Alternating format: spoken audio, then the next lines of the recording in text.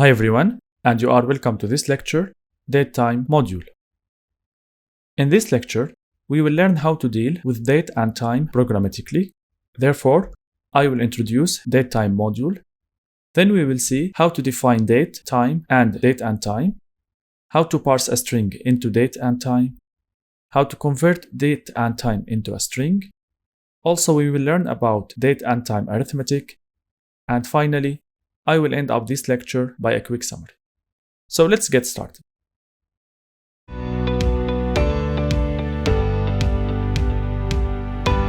First of all, let me start by defining what Datetime Module is.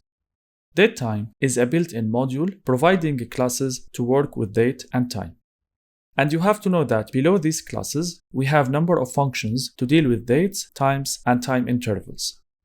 Without any further delay, let's move to PyCharm IDE to see how we can use these classes and functions in action. First of all, let's import from Datetime module what we are going to use. Also, let me show you this function. So from datetime, I will say import time, date, datetime, time delta. And from date utility, I will import time zone or TZ. After that, I just defined a simple function, its name show date and time. It takes one object datetime, then within the function, it will print the type of the object, the value of the object. If the object is from the type date or from the type datetime, the year, month, and day will be printed. If the object from the type time or datetime, hour, minute, and second will be printed also. So this function is just simply for printing the values of the objects that we are going to deal with in this lecture. Now let's talk about how we can create date, time, and datetime. So let me move to a new line. Let's first create a date. So I will say date1, for example, equal to, and I will use date class that I already imported from datetime. And we know if we want to define a date, we have to specify three things. We have to specify the year, the month, and the day. So for example, 1992 in May 30. So in this case, I got a date object. Let me print this date to check what I will get. You see, this is the value. And if I print the type of this object, let's see what we will get. It's from datetime.date. In other words, it's from the date class. Sometimes once I got this object, I need to get access to each value inside it. For example, I need to get access to the year individually, or to the day individually, or to the month individually. So how to do that? It's quite simple. So let me show you the year, for example. Simply we say date1.year. If I run, you will see here 1992 because this is the year. And we will do exactly the same thing for, as you see here, month. It's available. So the first one is month, and also day is available. In this example, I have shown how we can create the date object by ourselves. But sometimes maybe I want to create the current date, which means the date of today. How we can do that is quite simple. So I will say now date1 again, instead of this.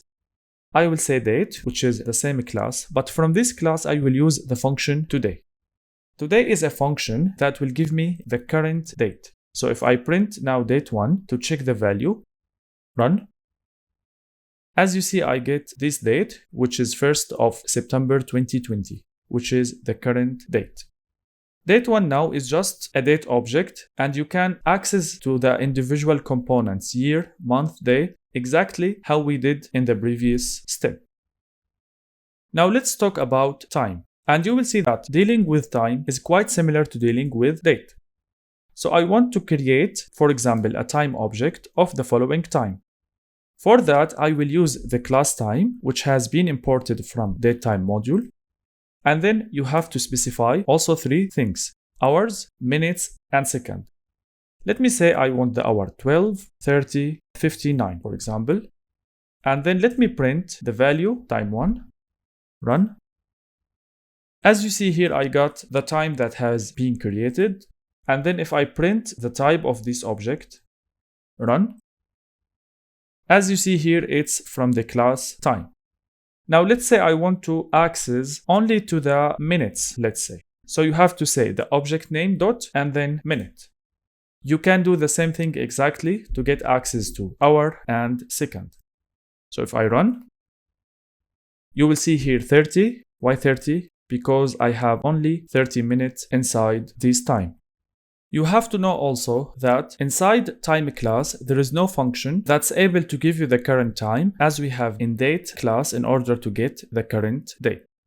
Now let's move forward and let's talk about how we can create a date time object, which means one object combined together, the date and time. In order to do that, let me say date time equal to, and then I will say date time. Datetime also, it's a class, has been imported from Datetime Module. And here you have to specify 6 values.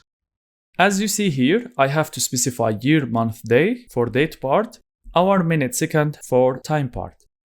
So let me say 19, 92, May, 30, and the hour is 12, 35, and then let me say 59. If I print date time right now, run, I will get now this object which has date and time together. And if I try to check what is the type of this object, so print type date time, run.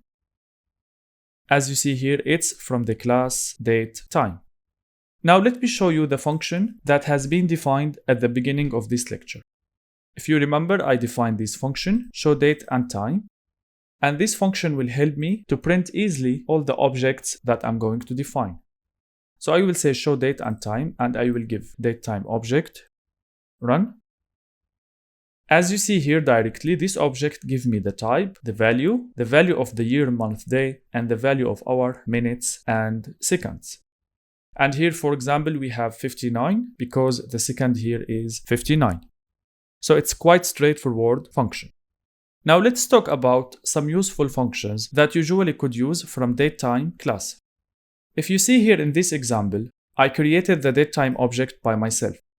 However, sometimes I could need to create this object in different ways. For example, I will assume that I have date object and I have time object, and I want to create datetime object from these two objects together.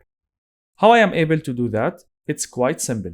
Let me say date time equal to, and here I will use the class datetime and then the function combine. And this combine function takes two parameters, the date and the time that you want to combine. So here I will say date 1 and then time 1. Date 1 and time 1 are the objects that have been previously defined. And after that, I will show the date and time and run. As you see here, I will get an object. Its type from datetime, and it has the following values, the total value and the individual values. The second function that I want to talk about is now function. And now function is a function will help you to get the current date and time together. So datetime equal to datetime.now. And if I run, you will see that the object is from the class datetime. And this lecture right now is recorded on 1st of September, 10:56 p.m. And these are the individual values for this datetime object. If you remember in the previous lecture, we mentioned the concept of UTC. And we know that UTC is the time at longitude 0.